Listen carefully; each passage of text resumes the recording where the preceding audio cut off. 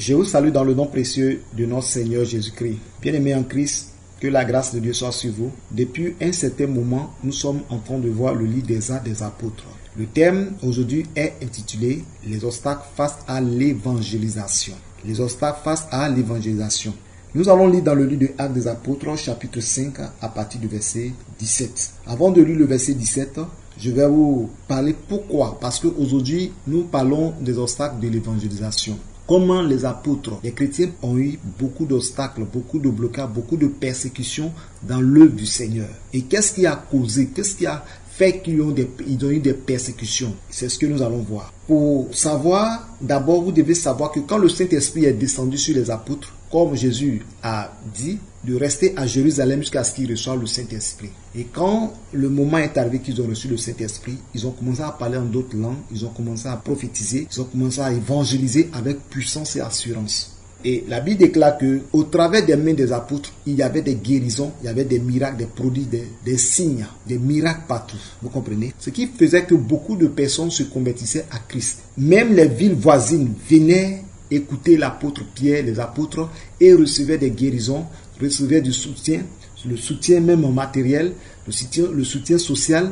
En tout cas, les gens ont trouvé un endroit où leur âme était en paix, leur âme était en joie. Les gens qui étaient abattus, découragés, les gens même qui étaient au bord du suicide, lorsqu'ils ont rencontré les apôtres, ils ont trouvé une nouvelle vie, une transformation, une paix intérieure, la joie dans le cœur, et c'est une nouvelle famille, vous voyez. Donc quand tu rencontres Christ, tu deviens une nouvelle personne. C'est pourquoi la Bible déclare que si quelqu'un est en Christ, il devient une nouvelle créature. Voici, les choses anciennes sont passées, toutes choses sont devenues nouvelles. Donc tous ceux qui ont rencontré les apôtres ont trouvé une nouvelle vie. Les malades sont guéris, les fous sont délivrés, les personnes, les paralysés marchent, les boiteux marchent.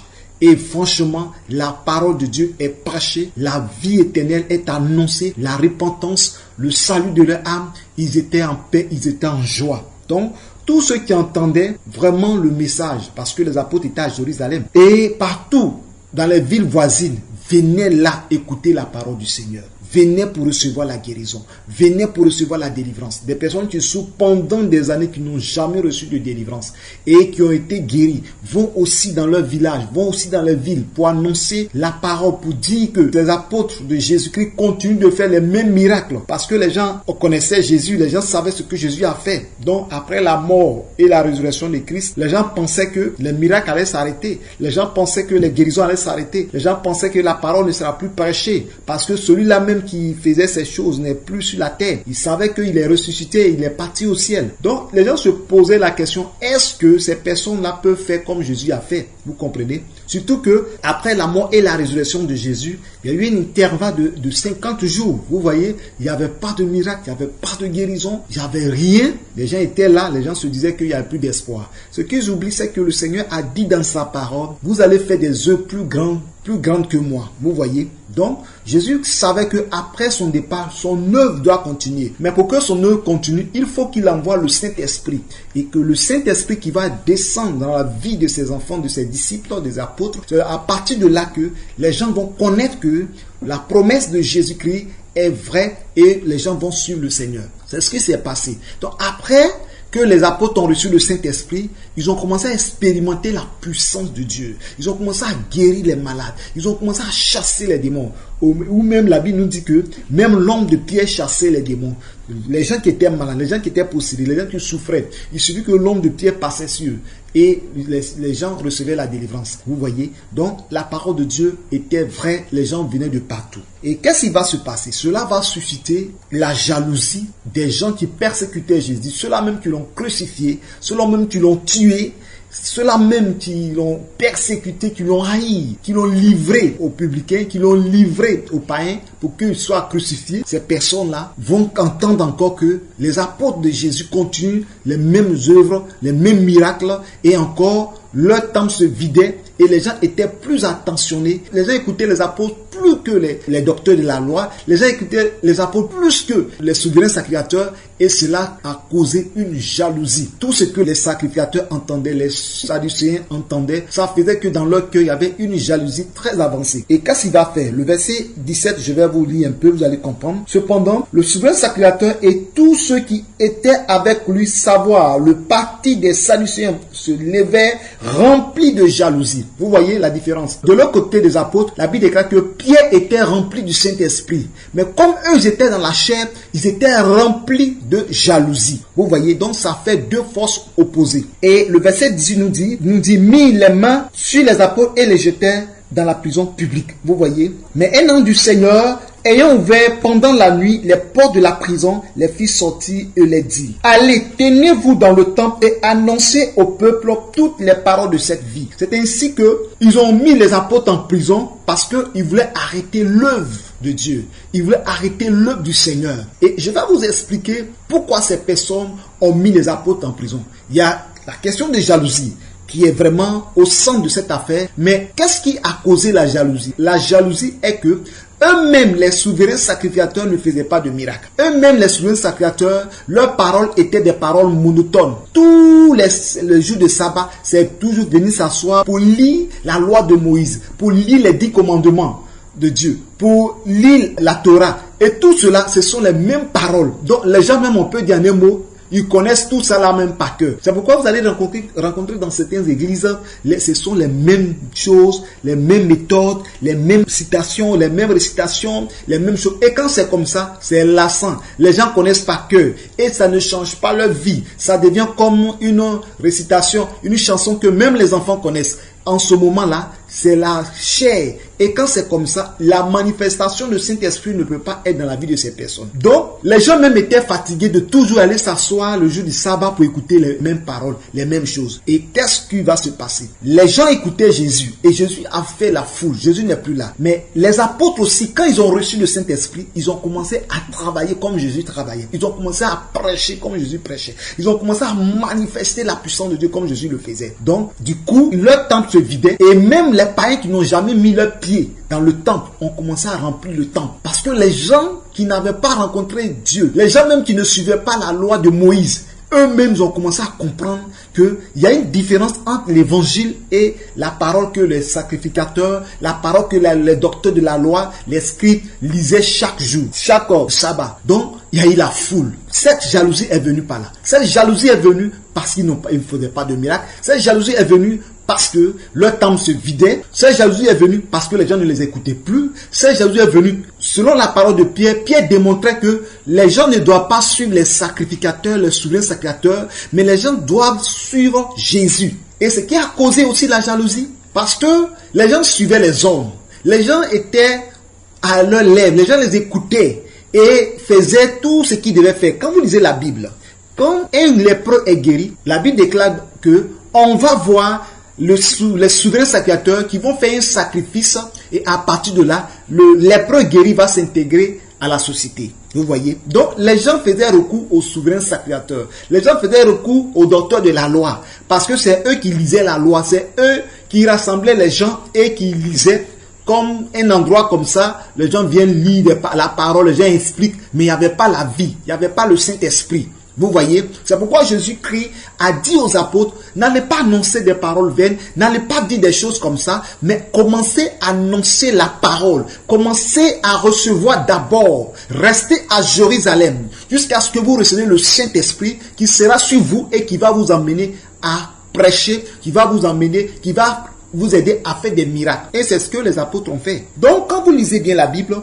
voici comment ces gens étaient remplis de jalousie. Ils étaient remplis de jalousie parce que ils trouvaient les apôtres Pierre, les gens qui prêchaient. Quand nous revenons un peu en arrière, dans Actes 4 là-bas, la Bible déclare que les gens ont trouvé les apôtres Pierre, bien sûr, comme des gens sans instruction. Les gens sans instruction, les gens qui ne connaissent pas la loi, qui ne peuvent même pas citer la loi et qui font des miracles, qui parlent, la foule vient. Vous voyez, c'est ce qui a causé la jalousie. Et qu'est-ce qu'ils vont faire? Ils vont mettre les apôtres apôtres en prison. Les apôtres seront mis en prison. Vous savez, la jalousie empêche l'œuvre de Dieu d'avancer. La jalousie fait obstacle à l'évangile.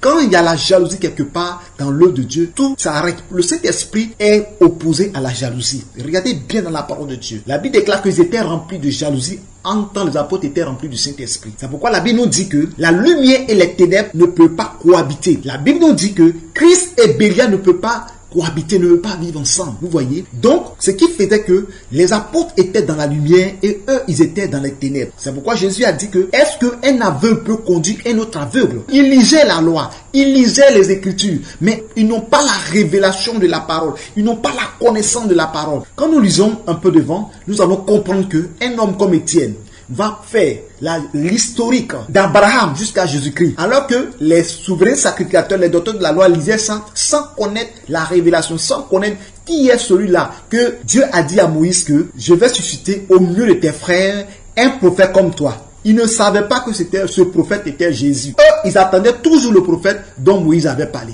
Donc, quand les apôtres sont venus, ils ont commencé à faire tomber les écailles de leurs yeux.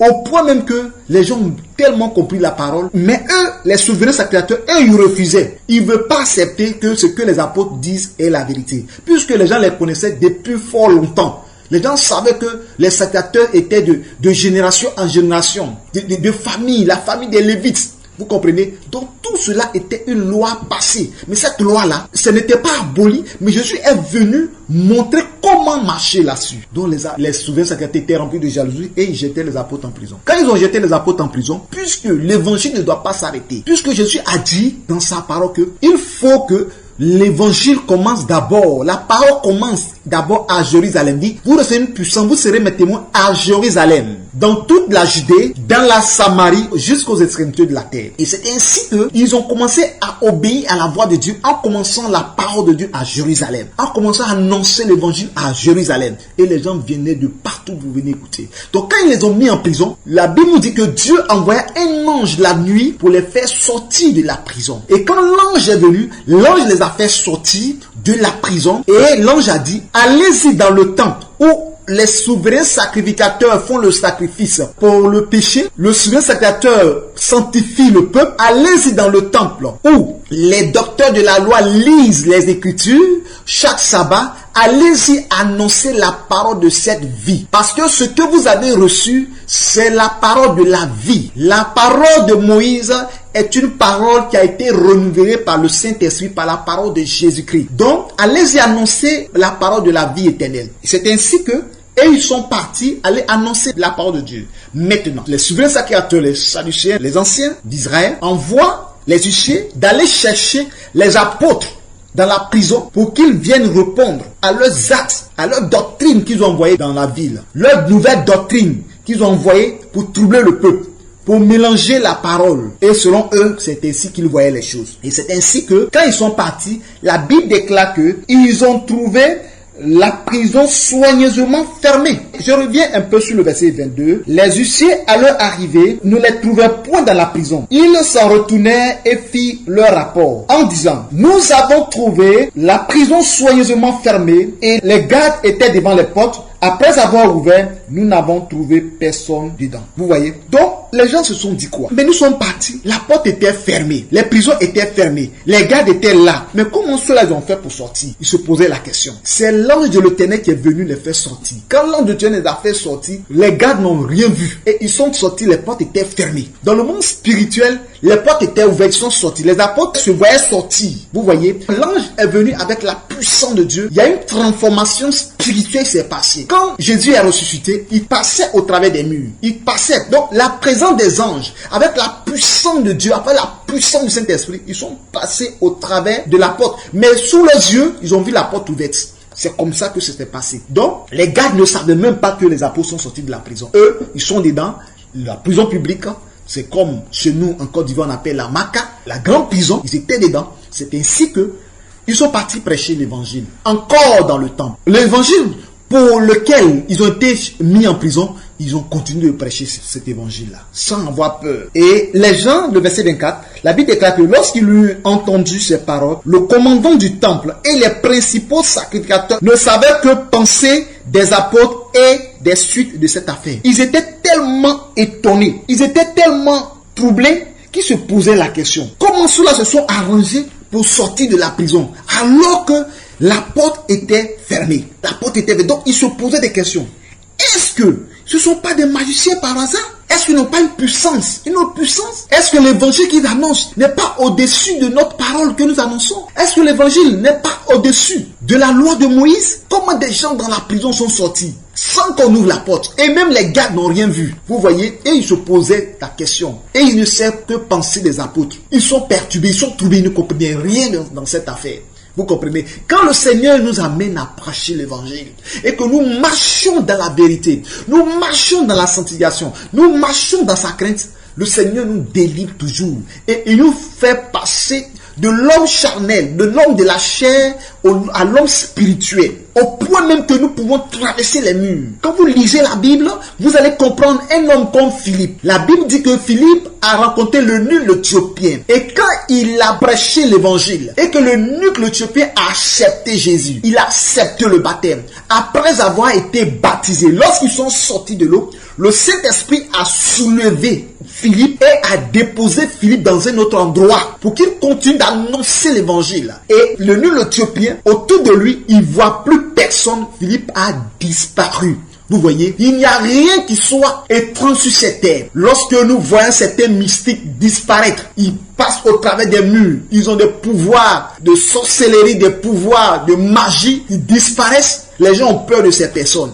Les gens ont peur parce qu'on dit cet homme-là, il peut rentrer dans l'arbre et il va disparaître. Cet homme-là, il peut rentrer même dans l'eau et puis faire des mois sous l'eau, il va sortir. Vous voyez, ça c'est le pouvoir du diable. Le diable a pris ça dans le ciel. Le diable a quel pouvoir? Satan a quel pouvoir? C'est que Satan a, il a copié au ciel, il a pris au ciel. Vous savez une chose que vous devez comprendre. La Bible nous dit que Dieu ne se repent pas de ses dons et de ses appels.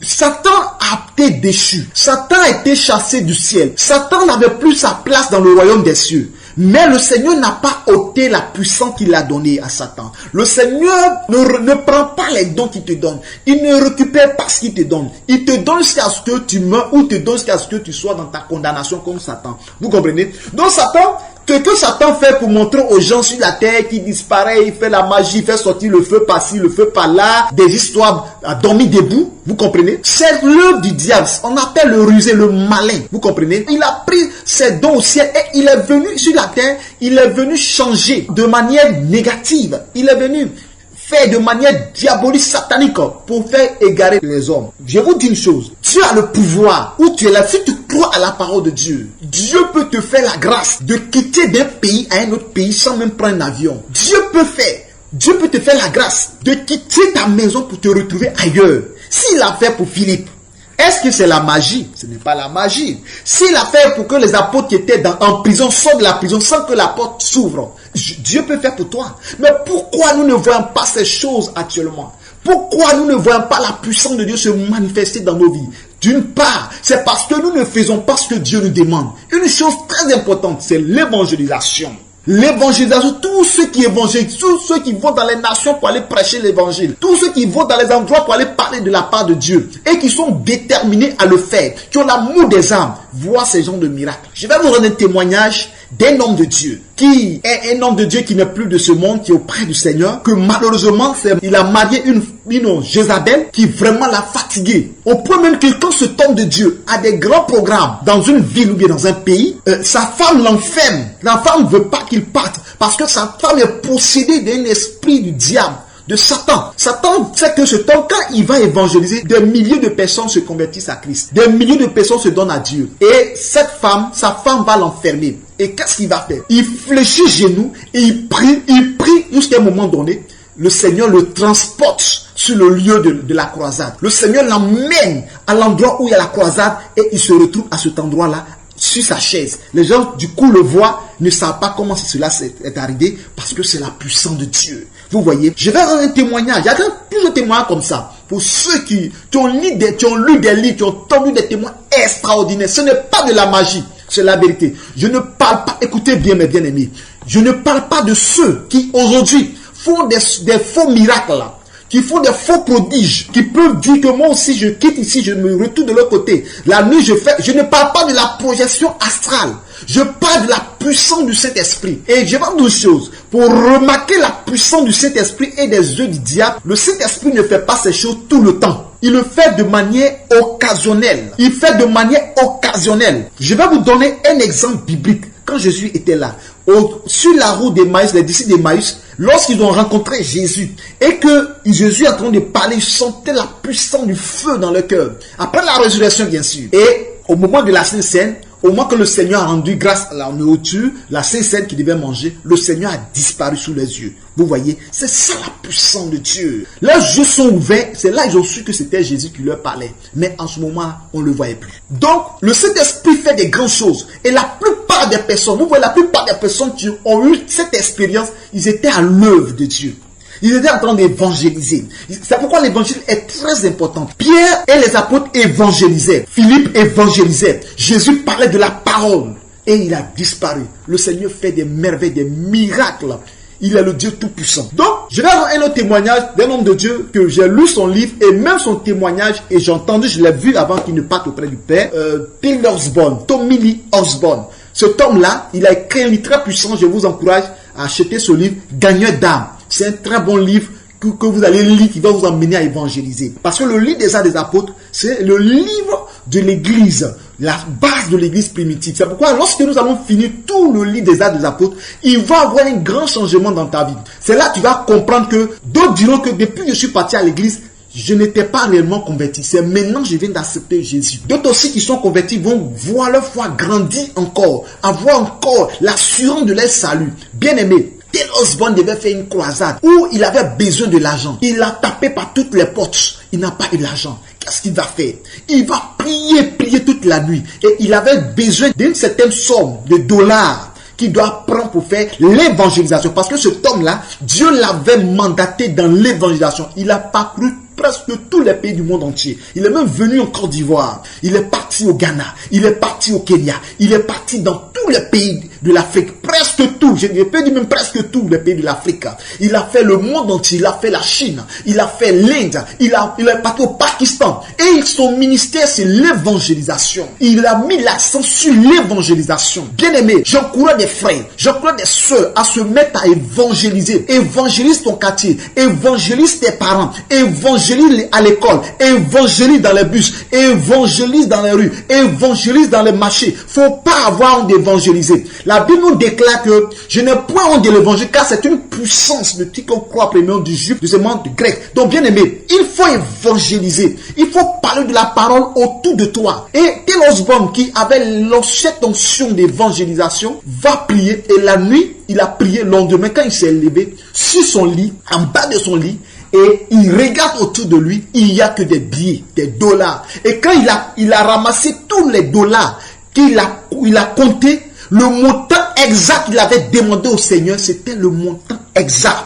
Vous voyez, Dieu n'ajuste pas, Dieu ne retranche pas. C'est ce qu'il a demandé qu'il lui a donné.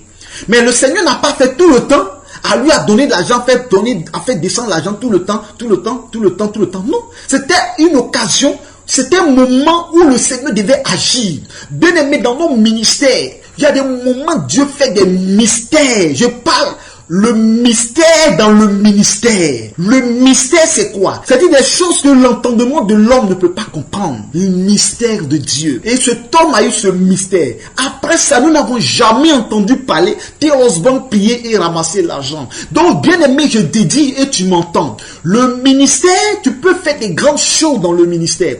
Chaque personne dans la vie peut avoir cette situation. Moi, j'ai eu cette situation une fois, je vais vous l'expliquer.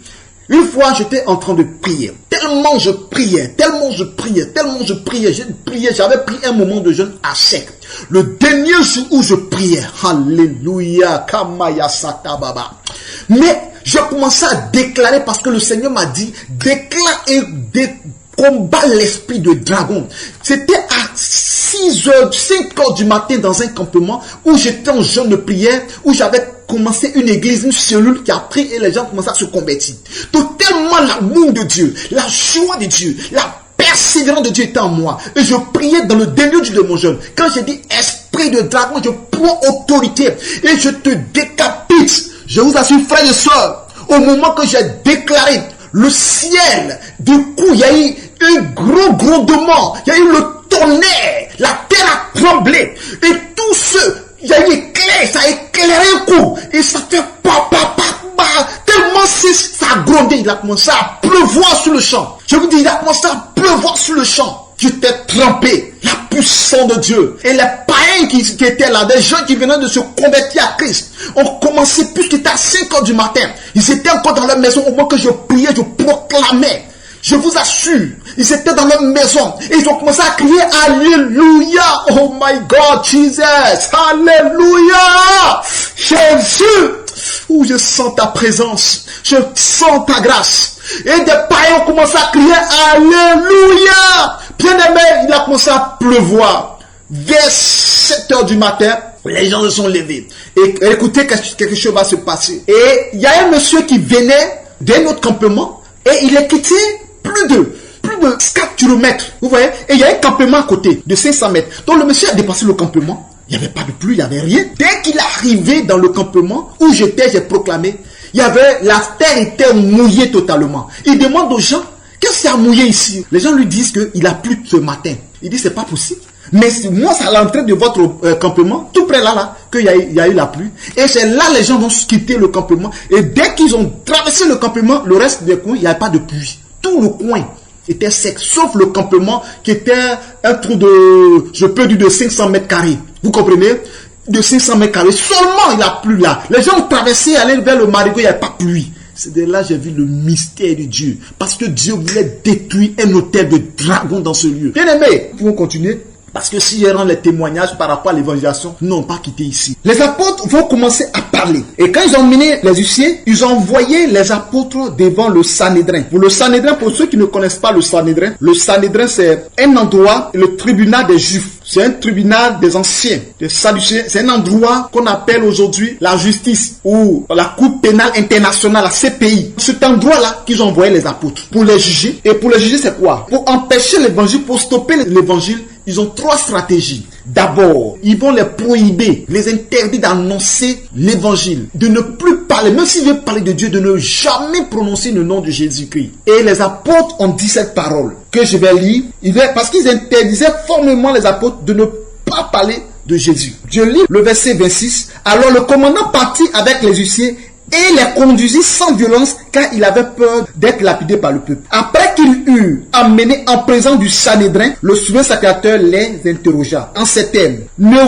Avons-nous pas défendu expressément d'enseigner en ce nom-là? Bien, vous voyez, en ce nom-là, le nom de Jésus dérange. Il peut parler de tout, mais il ne doit pas parler de Jésus. Vous comprenez? Et ça, vous voyez que là, les souverains sacrificateurs, les Sadducéens, c'était les gens que le diable, les démons les ont possédés. Parce que le nom de Jésus dérange. La Bible déclare, au nom de Jésus, tout genou fléchira dans les cieux, sur la terre et sous la terre. Et toute langue confessera que Jésus-Christ est Seigneur à la gloire du Dieu le Père. Donc c'est ce nom-là que les sacrificateurs, les souverains sacrificateurs demandent aux apôtres de ne pas parler de ce nom. Et nous continuons le verset 28 de Actes chapitre 5. Et voici, vous avez rempli Jérusalem de votre enseignement et vous voulez faire retomber sur nous le sang de ce tombe. Vous comprenez? Les gens maintenant, finalement, ils avaient peur. Mais ils avaient peur pourquoi? Il dit, mais vous voulez faire retomber le sang de ce tombe.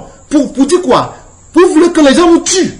Parce que si vous parlez de ce nom, quelqu'un qui est mort, et vous êtes en train de démontrer aux gens qu'il est ressuscité. Vous êtes en train de démontrer aux gens que c'est lui qui sauve. Vous démontrez aux gens que c'est par lui qu'on peut avoir la vie éternelle. C'est par lui qu'on peut avoir la rémission des péchés, la rédemption. Mais à ce moment-là, vous nous accusez. Vous comprenez? Donc ils étaient menacés. Donc il dit non, arrêtez de parler de ce nom. Vous pouvez parler de tout, mais ne parlez pas de Jésus. Ne parlez pas de Jésus. Et la Bible déclare qu'ils ont rempli Jérusalem de leur enseignement. Eux-mêmes, les souverains sacrificateurs ont témoigné que les apôtres ont rempli Jérusalem de leur enseignement. Ils ont rempli Jérusalem du nom de Jésus. Ils ont rempli Jérusalem de la parole de Dieu. Ils ont rempli de Jérusalem de la puissance de la parole. Bien-aimé, où tu es, as-tu rempli la parole, ton village de la parole de Dieu?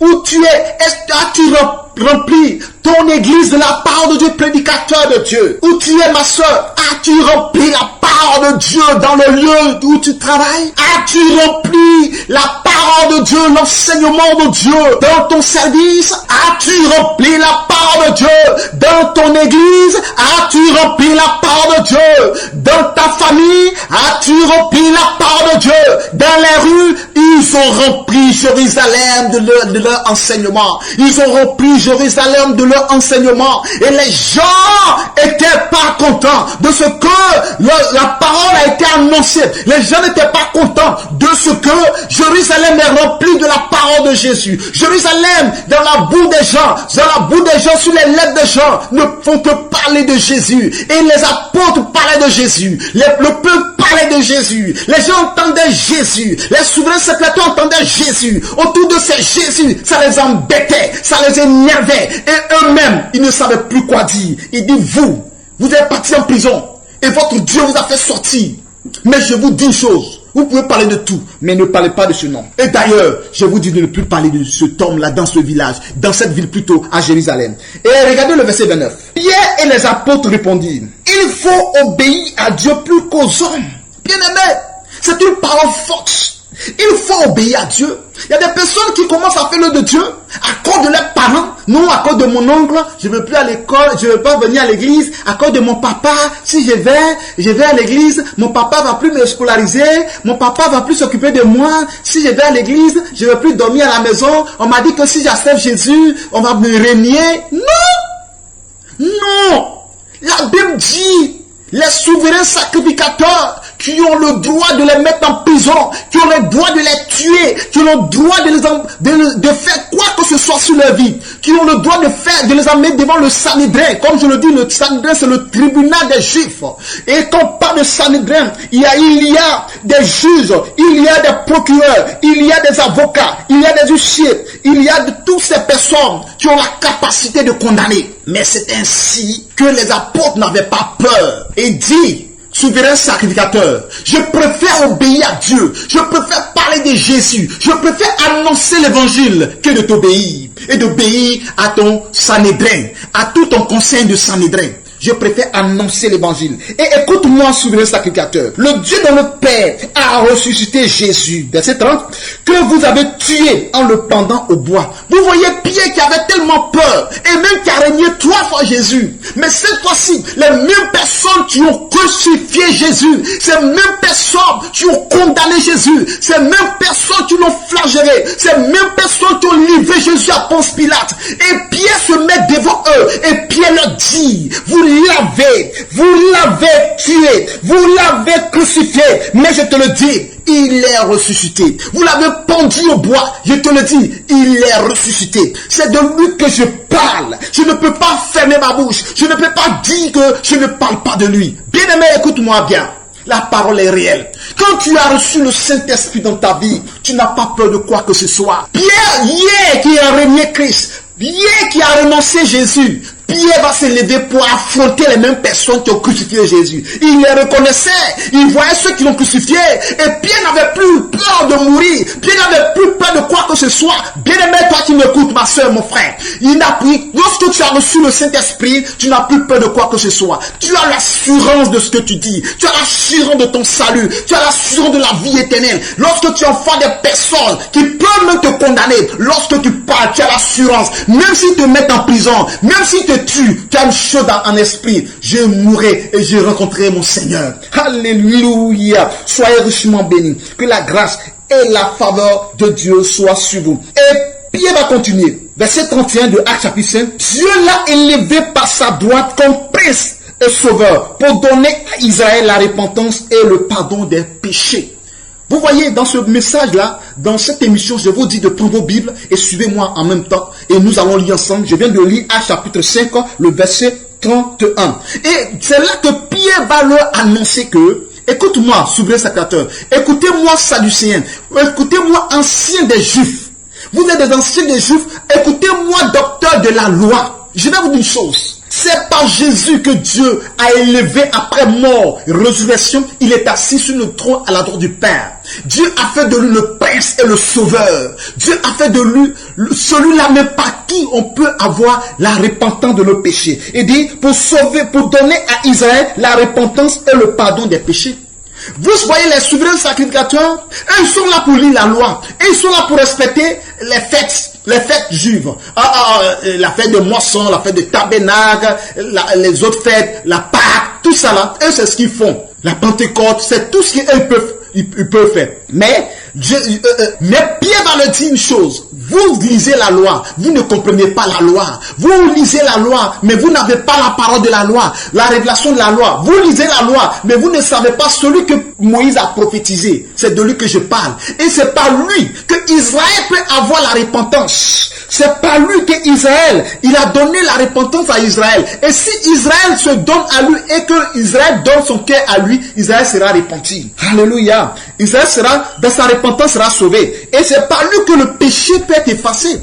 Vos boucs que vous prenez pour aller dans le temple pour faire le sacrifice une seule fois pour le peuple chaque année, ça peut rien faire. Je te dis qu'il y a eu une substitution, un remplacement. Jésus-Christ est venu pour mourir une seule fois à la croix pour nous sauver. Il est le souverain sacrificateur qui est rentré une seule fois dans le tabernacle pour mourir et que son sang nous purifie de tout péché. Et quand il a dit ces choses, alléluia, nous lisons le verset 32. Nous sommes témoins de ces choses, de même que le Saint-Esprit que Dieu a donné à ceux qui lui obéissent. Et voilà, Pierre va faire sortir quelque chose encore. Pierre a parlé de la repentance. Pierre a parlé du pardon des péchés. Troisièmement, Pierre a parlé de la mort de Jésus et de sa résurrection. Pierre a parlé qu'il est le prince. Dieu l'a levé en prince et sauveur. Pierre a parlé de la repentance, du pardon de péché. Et Pierre va ajouter quelque chose de plus important en disant que Dieu a donné le Saint-Esprit à ceux qui obéissent à Christ, qui lui obéissent. Tu ne peux pas recevoir le Saint-Esprit sans recevoir Jésus. Ça, c'est impossible. Celui qui n'a pas Jésus ne peut pas recevoir le Saint-Esprit. C'est ainsi que l'apôtre Paul va ouvrir les yeux de ces personnes, va faire comprendre ces personnes en disant que, écoutez, vous devez accepter Jésus pour que vous ayez le Saint-Esprit. Parce que tout ce que vous faites dans la chair. C'est pourquoi Jésus vous a parlé. Un aveugle peut-il conduire notre aveugle? Vous, aveugle, vous conduisez le peuple. Vos yeux sont fermés, vous n'avez aucune connaissance de la parole. Vous lisez la loi, mais vous n'avez pas la révélation de la loi. Vous lisez la loi, mais vous ne pouvez pas savoir qu'est-ce que la loi a dit par rapport au Nouveau Testament, par rapport à l'évangile plutôt. Vous comprenez? Donc, lorsque Pierre a prêché ces choses, les gens étaient furieux d'entendre ces paroles, le verset 33. Donc, ils étaient prêts à le faire mourir. Parce que vous savez pourquoi ils voulaient tuer les apôtres. J'ai quelque chose que j'ai failli oublier. Je disais que comment ils utilisent pour stopper l'évangile. Stopper l'évangile, c'est empêcher, ce qu'il vient d'expliquer tout à l'heure, stopper t'empêcher de dire le nom de Jésus, d'annoncer l'évangile, de dire que Jésus est mort ressuscité. Ça, c'est le premier point. Ils disent que si nous t'interdisons, si tu arrêtes et que tu ne parles plus de ça, ils n'ont plus affaire à toi. Mais si tu t'entêtes maintenant, ils vont passer à la phase 2. Phase 2, c'est quoi? C'est de te mettre en prison. C'est ce qu'ils ont fait. Phase 2, et tout ce que Pierre a parlé ici, qu'est-ce qui les a choqués? Ce qui les a choqués, c'est parce que Pierre a dit que c'est pas Jésus que vous pouvez avoir le salut. C'est pas Jésus que vous pouvez avoir Israël peut avoir la repentance. Et que vos péchés soient effacés. Donc pour eux, c'est du scandale. Pour eux, c'est pas normal. Que Jésus-Christ peut les sauver. Et deuxièmement encore, Pierre dit que Jésus est prince. Jésus est sauveur. Et il dit encore que par Jésus dans le Saint-Esprit, ça les a énervés. Un souverain sacrificateur. Comment? Il y a un autre prince. Il y a quelqu'un qui est un souverain sacrificateur. Un souverain sacrificateur que eux. Non, c'est pas possible.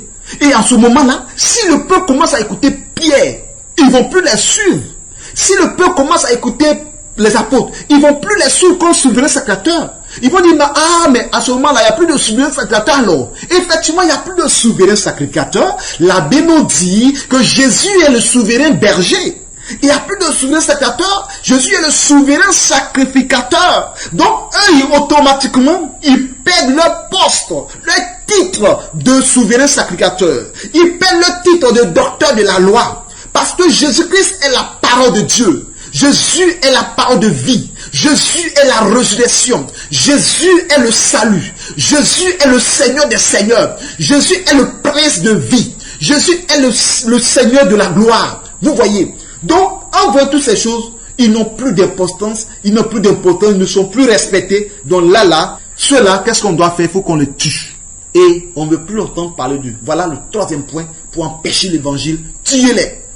Tuez-les et ça va s'arrêter. C'est pourquoi vous voyez que la plupart des personnes sont tuées parce que ça, c'est la dernière phase du diable. Soit t'empêcher pour accepter les conditions. Si tu n'as pas accepté leurs conditions, ils vont t'amener en prison. En prison, si tu ressors et que tu continues, ils cherchent à te tuer. Ce qu'ils veulent, ils vont faire à Pierre. Mais quelque chose va arriver de manière merveilleuse. Parce que l'évangile vient de commencer. La parole doit toucher les extrémités de la terre. Ça a commencé à Jérusalem. Ça doit toucher toute la Judée, dans la Samarie, jusqu'aux extrémités de la terre.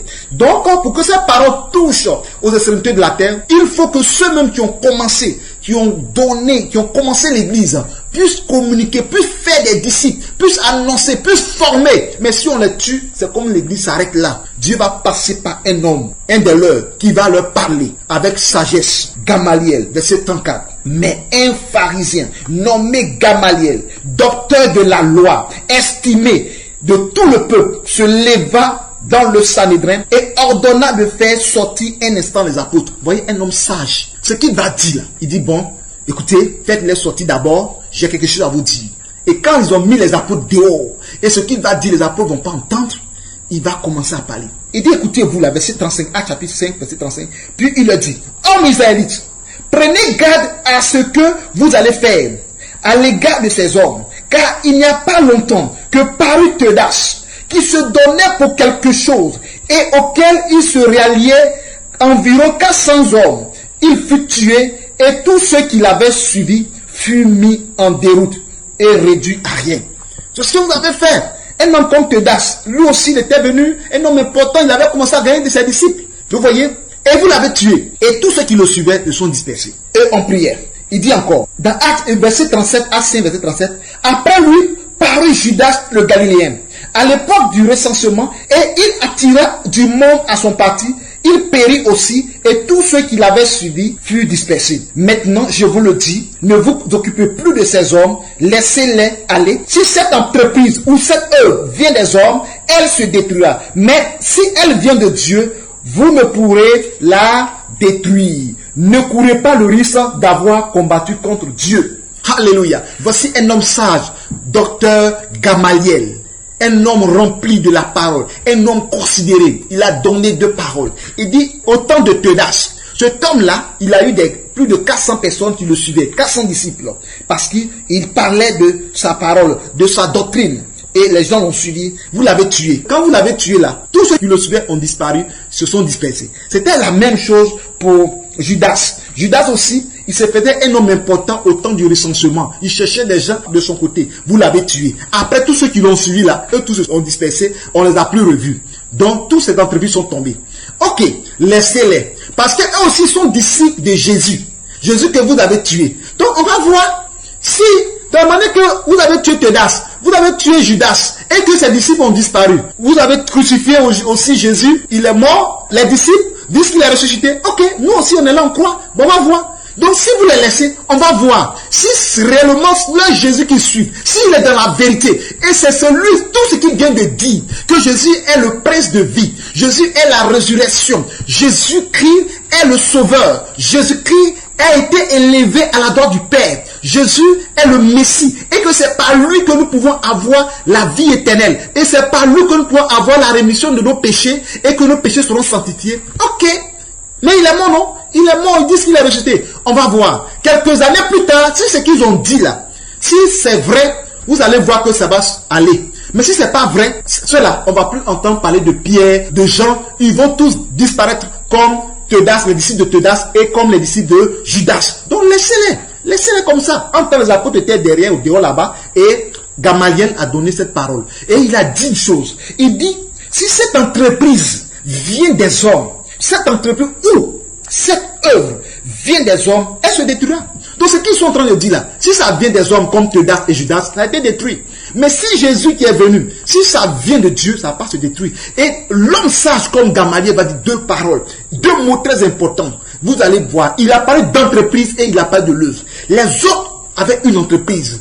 Ceux-là avaient une entreprise. Theudas c'était une entreprise. Judas c'était une entreprise. Mais Jésus c'est une œuvre divine, une œuvre de Dieu. Alléluia. Vous voyez, c'est pourquoi leurs œuvres ont disparu alors que Jésus c'est une œuvre de Dieu. Bien aimé, il y a plusieurs personnes sur cette terre, plusieurs pasteurs, plusieurs servants de Dieu, plusieurs prophètes, plusieurs évangélistes, mais la plupart ont des entreprises, ils n'ont pas d'église. Vous les voyez comme des églises, certes, mais ce sont des entreprises. C'est pourquoi, après la mort de certains, l'église disparaît. Après la mort d'autres, l'église disparaît. L'église ne peut plus susciter. Il n'y a pas de disciple qui va continuer. Vous comprenez? Ce sont des entreprises. Ce sont des entreprises. Et la plupart des œuvres, les véritables œuvres, suscitent toujours. Je ne parle pas des entreprises qui vont de succession en succession. Jusqu'à aujourd'hui, ça existe. Et même ces personnes sont là, des religieux, des chefs religieux, mais qui sont dans le faux, qui sont dans le mensonge, qui sont dans l'homosexualité, qui sont dans l'impureté, qui sont dans la débauche, qui sont dans l'adultère. Je ne parle pas de ces œuvres-là. Parce que les gens pensent que ceux qui sont restés pendant des années aussi, beaucoup sont des œuvres de Dieu. Non, beaucoup ne sont pas des œuvres de Dieu. Beaucoup sont des entreprises qui vont de génération en génération parce que Satan veut que ces entreprises-là restent pour pouvoir égarer des âmes. Bien aimé, quand l'homme de Dieu, Gamaliel, a parlé de cette parole, la Bible déclare que il se rangeait, verset 40, à son avis, et ayant appelé les apôtres, il les fit bas de verge, il leur défendit de parler au nom de Jésus et il les relâchèrent. Tellement qu'ils avaient la haine contre les apôtres, tellement qu'ils les aimaient pas. Vous comprenez? Tellement qu'ils les aimaient pas. Tellement qu'ils avaient grossi le cœur. Malgré que Gamaliel a parlé, pour les laisser partir simplement là, ils ne voulaient pas. Qu'on les laisse, bon, allez-y, Gamaliel, tu as parlé. Quand Gamaliel a fini de parler, ils ont compris. Gamaliel a compris. Quand ils ont fait rentrer, ils les ont frappés. Ils nous ont boutés. Ils ont frappé. C'est-à-dire, la colère là, ils ont mis sur eux. Ils les battaient. Écoutez, il dit, il fit battre de verge. Vous voyez? Le verge là. Il frappe, la Bible, Paul même a reçu ça. Il dit, j'ai reçu des jeux 40 coups moins 1. C'est-à-dire, il doit te frapper 39 coups. Donc, chaque apôtre a eu soit 39 coups. Ils étaient blessés. Leur corps était déchiré. Mais écoutez, ils vont sortir. Il leur défendit de parler au nom de Jésus. Vous voyez qu'ils sont sur la parole. Ils ont dit de l'autre côté là-bas que ne parlez pas. Les apôtres, les pierres ont continué de parler. Après avoir fini de frapper, il leur donne cet avertissement. On ne veut plus que vous parlez de ce Jésus encore. Vous voyez? Quand nous sommes là et que nous avons Jésus dans notre vie, Satan veut nous empêcher de parler de Jésus. C'est pourquoi une œuvre qui est dans la vérité est toujours combattue. Parce que le nom de Jésus dérange dans le quartier. Le nom de Jésus dérange dans ta maison. Le nom de Jésus dérange partout où tu passes. Parce que le nom de Jésus est tellement puissant que tout genou fléchit devant ce nom-là. Vous comprenez? Malgré que Gamaliel a donné un conseil sage, il ne veut pas les laisser partir comme ça. Il faut qu'on les frappe. Il faut qu'on les batte de verge. Et c'est ce qu'ils ont reçu. Mais quand ils les ont frappés, croyant qu'ils vont dire oui, ok, on a compris, on ne va plus parler de ça. Regardez le verset 41 de Actes chapitre 5. Les apôtres se retiraient de devant le Sanhédrin, joyeux d'avoir été jugés, dignes de subir des outrages pour le nom de Jésus. Alléluia. Bien-aimés, au contraire, ils étaient heureux. Ils étaient heureux parce que pour le nom de Jésus, ils ont été frappés. Le nom de Jésus, ils ont été flagellés. Au nom de Jésus, ils ont subi toutes ces souffrances, ces outrages. Ils étaient heureux, joyeux. Alléluia. Bien-aimés, quand nous sommes dans la maison de Dieu, il y a des chrétiens, lorsque tu reçois une petite persécution, tu as l'audace de dire que moi c'est comme ça, je ne vais plus à l'église. Ah, si c'est comme ça, l'église, on va plus, on joue comme ça, là, moi c'est bon même. Bien-aimés, regardez les pierres. Les pierres ont été heureux parce qu'ils ont été flagellés. Au nom de Jésus, ils ont été frappés. Mais il dit, nous irons prêcher. Parce qu'ils sont sortis du tribunal avec la victoire. Ils sont sortis du tribunal sans être condamnés à perpétuité en prison ou sans être condamnés à mort. Ce qui est important, c'est qu'il doit annoncer l'évangile. Il doit parler de Jésus. Quel que soit l'obstacle que tu vas rencontrer, mon frère, ma soeur, annonce Jésus de Nazareth. Quelles que soient les difficultés que tu vas rencontrer, annonce Jésus de Nazareth. Lorsque je continue le verset 42, et chaque jour, dans le temple et dans les maisons, il ne cessait d'enseigner et d'annoncer la bonne nouvelle de Jésus-Christ. Alléluia. Est-ce que tu peux acclamer Jésus de Nazareth? Gloire à toi, Seigneur. Alléluia. La Bible déclare que lorsqu'ils étaient flagellés et ils sont sortis du lieu, du Sanhédrin. Sanhédrin, je vous le dis pour ceux qui nous prennent en cours, Sanhédrin, c'est le tribunal des Juifs. Ils étaient envoyés devant les tribunaux pour les juger et les condamner. Mais Dieu est passé par Gamaliel pour les libérer. Et on les a frappés. Mais quand on les a frappés, ils ont dit encore, on vous interdit de parler de Jésus. Vous comprenez pourquoi les chrétiens n'arrivent pas à évangéliser? Vous comprenez pourquoi souvent quand tu vas à l'évangile, tu as honte? Vous comprenez pourquoi quand tu veux parler de Jésus-Christ, souvent tu n'as pas les moyens? Vous comprenez pourquoi quand tu veux faire une croisade, les salles sont très chères? L'endroit est très cher? Tu n'arrives pas à le faire parce que tu n'as pas les moyens? Vous comprenez pourquoi il est difficile à certains hommes de Dieu de voyager pour aller dans d'autres nations pour prêcher l'évangile? Vous comprenez pourquoi? Parce que le nom de Jésus que tu vas aller annoncer là-bas dérange. Quand tu es dans la vérité que tu prêches, tu déranges le monde des ténèbres. Tu déranges les gens. Donc les apôtres dérangeaient les habitants de Jérusalem. Surtout les sacrificateurs, les souverains sacrificateurs. Les apôtres dérangeaient les scribes, dérangeaient les sadducéens, dérangeaient les pharisiens. Ces personnes-là qui étaient dans les robes, dans les longues robes et que les gens les suivaient. Les gens ont compris, c'est qu'on ne doit plus vous suivre. On doit suivre Jésus. Comme les apôtres ont choisi de suivre Jésus, nous aussi on va suivre Jésus. Et cela suscitait dans leur cœur une jalousie amère. Et ils ont commencé à les frapper. Mais la Bible nous dit que le temple, qu'on les a interdit de prêcher, ils sont partis prêcher dans le temple. Je vous dis, c'est pourquoi Satan empêche les chrétiens de prêcher l'évangile. C'est pourquoi Satan empêche l'œuvre de Dieu d'avancer. Récemment, nous avons lancé le programme à la table du Seigneur, l'émission à la table du Seigneur. Satan est venu m'attaquer pour que je sois frappé de maladie, de douleur, de fatigue générale, pour que j'arrête cette émission. Parce que cette émission va faire du bien à beaucoup de personnes. Il faut que cette émission s'arrête. Mais Satan a échoué. Je suis revenu et nous allons continuer. Et nous aurons la victoire. Vous m'avez soutenu par vos prières, par vos jeûnes, par vos intercessions, par vos finances, par vos dons. Que le Seigneur vous bénisse. Priez, continuez de prier pour moi. Parce que Satan n'aime pas qu'on prononce le nom de Jésus. Satan ne veut pas que la parole de Dieu remplisse Jérusalem. Je vais remplir le monde entier par mes messages sur les WhatsApp. Je vais remplir mon message sur YouTube. Je vais remplir le nom de Jésus-Christ. Partout, je vais passer. C'est pourquoi toi qui écoutes ce message, il faut remplir le répertoire. Commence à partager ces messages. Commence à partager pour que tous ceux qui sont sur ta page WhatsApp, dans le groupe, partagez ce message pour que la parole remplisse les portables, pour que la parole remplisse des villes, pour que la parole remplisse des villes, remplisse des maisons, que des personnes entendent ce message, pour que des personnes soient transformées, pour que des personnes soient restaurées dans le nom puissant de Jésus-Christ. La Bible déclare que dans le temple et dans les maisons, c'est pourquoi dans ta maison, continue de prier, continue de proclamer, continue de chanter, continue de louer le Seigneur te bénira. Bien-aimé, je continue de vous dire ces paroles pour vous encourager, pour vous fortifier, parce que le Seigneur nous donne cet avertissement. Bien-aimé, tu es un chrétien. C'est pas en faisant l'œuvre de Dieu qu'on peut te reconnaître que tu es un chrétien. Quand tu lis dans Actes chapitre 11, versets 25 à 26, Actes chapitre 11, versets 25 à 26, il est écrit que c'est Antioche que pour la première fois, les disciples on les appelait les chrétiens. Qui a donné le nom chrétien que tu portes aujourd'hui? Ce sont les païens. Les païens ont vu que leur vie là, ça ressemble au petit Christ. Chrétien veut dire petit Christ, mais ils font même chose que le Christ. Donc ça, ce sont des petits Christ. Donc petit Christ veut dire chrétien. Chrétien. C'est à cause de là, à cause de ce que ils ont eu un bon comportement, un bon caractère, quelqu'un qui ne recule pas, quelqu'un qui annonce l'évangile, même si on le flagelle, même si on le bat de la verge, quelqu'un qu'on le met en prison, il continue. Et les païens même ont dit qu'à Antioche, pour la première fois, le nom chrétien est sorti. Il dit ce sont les chrétiens. Vous comprenez? C'est pourquoi aujourd'hui tu portes le nom chrétien. Est-ce que tu portes le nom chrétien, mon frère? Ma soeur, est-ce que tu portes le nom chrétien? Si tu portes le nom chrétien, sache qu'il y a la persécution dedans. Sache qu'il y a l'évangélisation. Tu dois évangéliser. Si tu portes le nom chrétien, sache que tu dois faire l'œuvre de Dieu. Tu dois soutenir l'œuvre de Dieu. Si tu portes le nom chrétien, tu dois faire comme les apôtres ont fait. Tu dois faire comme ceux qui ont soutenu l'œuvre du Seigneur, qui ont vendu leur terrain, qui ont vendu leur maison et qui ont envoyé l'argent dans la maison de Dieu pour que l'évangile avance. Tu dois soutenir cette mission, cette œuvre, cette mission de l'homme de Dieu, le prophète Paul-Moïse d'Oliveira. Et l'évangile va toucher un peu dans le monde entier.